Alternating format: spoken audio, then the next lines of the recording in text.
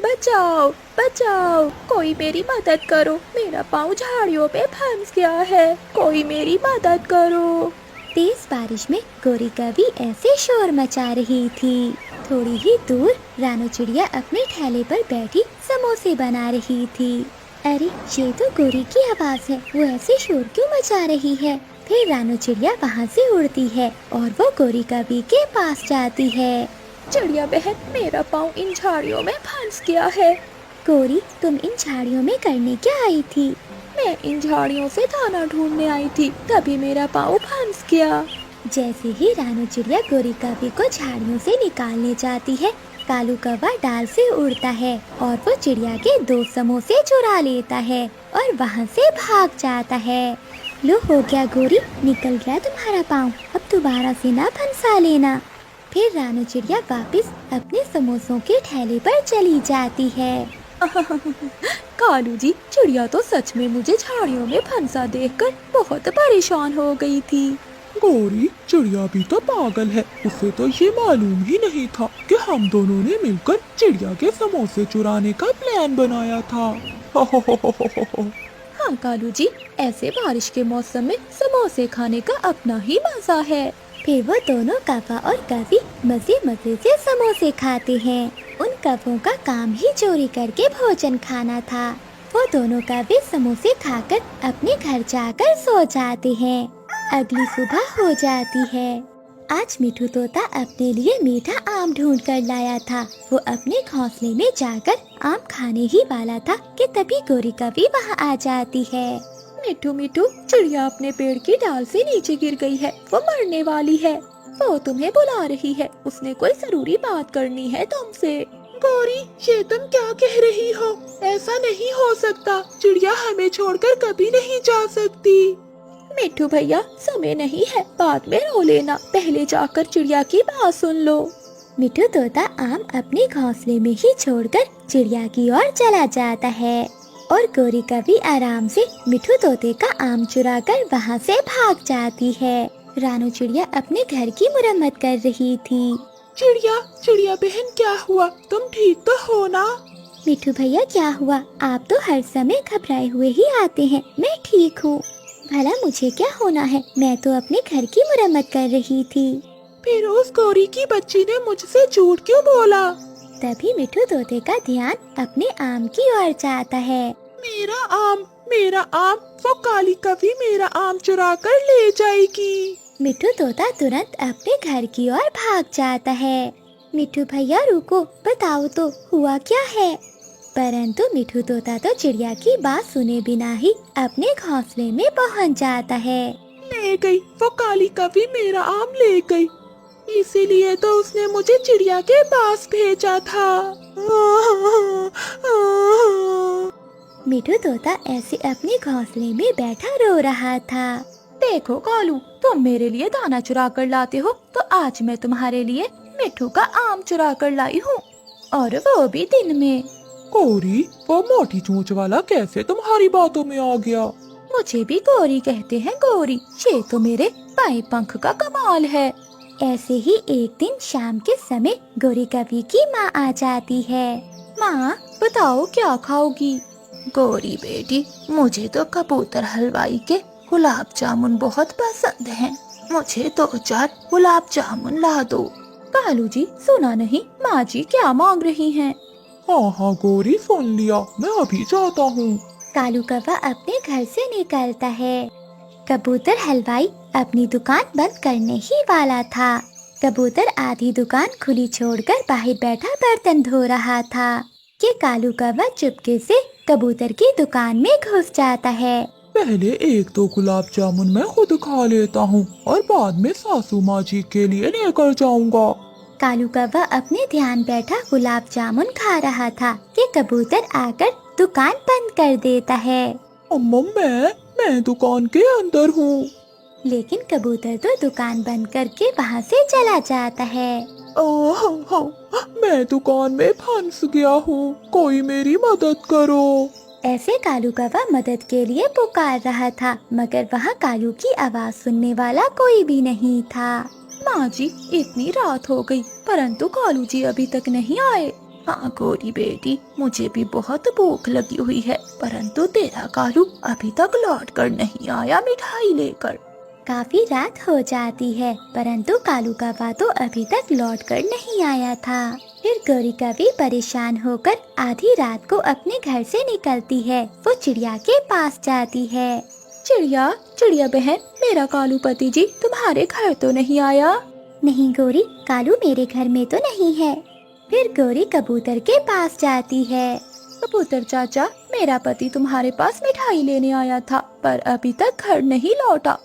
क्या तुमने उसे देखा है कहीं? नहीं नहीं गौरी, मेरी दुकान पर तो कोई भी मिठाई नहीं लेने आया। गौरी कभी समझ जाती है कि उसका पति जरूर कोई न कोई मुसीबत में फंस गया होगा। गौरी कभी थक हार कर अपने घर चली जाती है। माँ, मेरा कालू तुम्हारे लिए गुलाब जामुन लेने गया था, परंतु लगता है मेरे कालू जी को चील पकड़ कर ले गई है। ऐसे गौरी कभी सारी रात रोती रहती है। अगली सुबह जब कबूतर अपनी दुकान खोलता है तो कालू कौवा फुर्र से वहाँ से उड़ जाता है।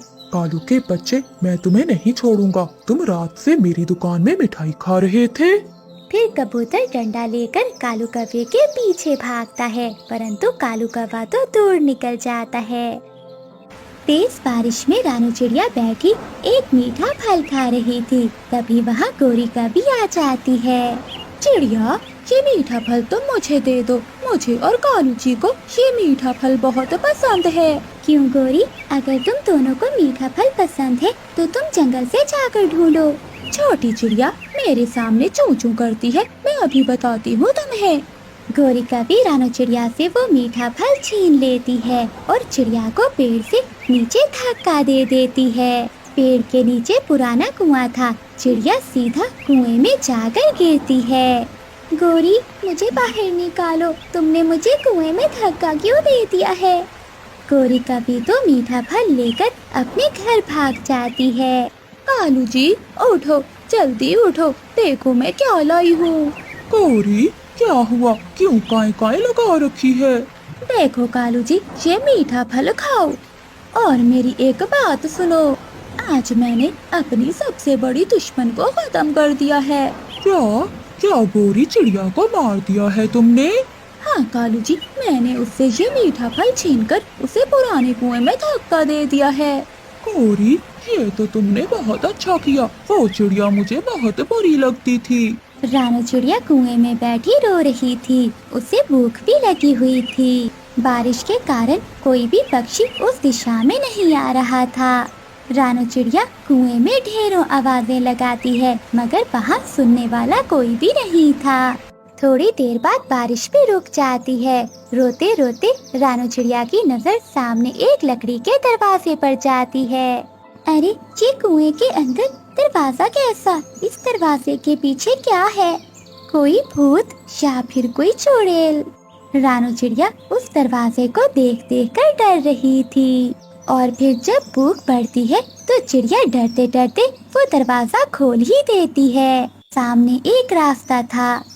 चिड़िया उस रास्ते से कुएं से बाहर निकलती है। चिड़िया की आंखें खुली की खुली रह जाती हैं। वहाँ तो तरह तरह के फल थे, फूल थे।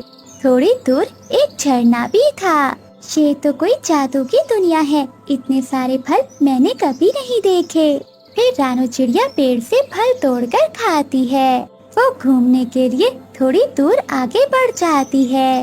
सामने एक बहुत बड़ा महल देखकर चिड़िया को तो अपनी आंखों पर विश्वास नहीं हो रहा था। चिड़िया महल के बाहर एक झूले पर बैठ जाती है और वहीं सो जाती है। रात हो जाती है। कालू, अब तक तो वो चिड़िया मर चुकी होगी या फिर कुएं में बैठी रो रही होगी। हो। गौरी, अब सो जाओ, कल जाएंगे देखने। ऐसे गौरी और कालू बातें करते करते सो जाते हैं। अगली सुबह हो जाती है। अच्छा ही हुआ गौरी जो तुमने मुझे इस जगह पर धक्का दे दिया। मैं इस महल में तो सारी जिंदगी गुजार सकती हूँ। ये जंगल तो बहुत खूबसूरत है। महल के अंदर चिड़िया बैठी ऐसे सोच रही थी। तभी एक परी उड़ते हुए चिड़िया के पास आती है। चिड़िया रानी, हम आपका स्वागत करती हैं, मगर आप इस जगह पर कैसे पहुंची? ये तो बहुत सीक्रेट जगह है। एक कवि ने मुझे कुएं में धक्का दे दिया था और मैं यहाँ तक पहुँच गई। आप एक अच्छी चिड़िया हो। ये जगह आप जैसे अच्छे पक्षियों के लिए ही बनी हुई है। दूसरे दिन काका और काफी उस पुराने कुएं के पास आते हैं। कालू जी, चिड़िया तो कुएं में दिखाई नहीं दे रही।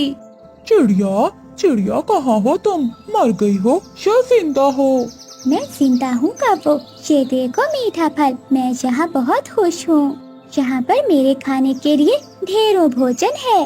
कालू जी, मुझे भी कुएं में धक्का दे दो। मैं भी चिड़िया के जैसे मीठे फल खाना चाहती हूँ। गौरी, परंतु मुझे कौन धक्का देगा? मैं भी जाना चाहता हूँ। ऐसा कहते हुए वो दोनों पति पत्नी कुएं में छलांग लगा देते हैं। चिड़िया जल्दी से दरवाजा बंद कर लेती है।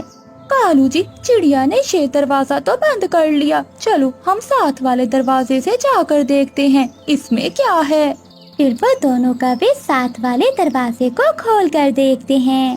जैसे ही वो कौवे दरवाजे के उस पार जाते हैं तो दरवाजा खुद ब खुद बंद हो जाता है। बचाओ बचाओ बचाओ। वहाँ तो बड़ी बड़ी चुड़ैलें थी, जिन्हें देखकर उन कौवों की तो चीखें ही निकल जाती हैं। आ जाओ कौवे और कौवी, मुझे तो बहुत लंबे समय से तुम्हारा ही इंतजार था। अब तुम सारी जिंदगी मेरे नौकर बनकर रहोगे। फिर कौवा और कौवी रोने लग जाते हैं और अपने किए पर बहुत पछताते हैं।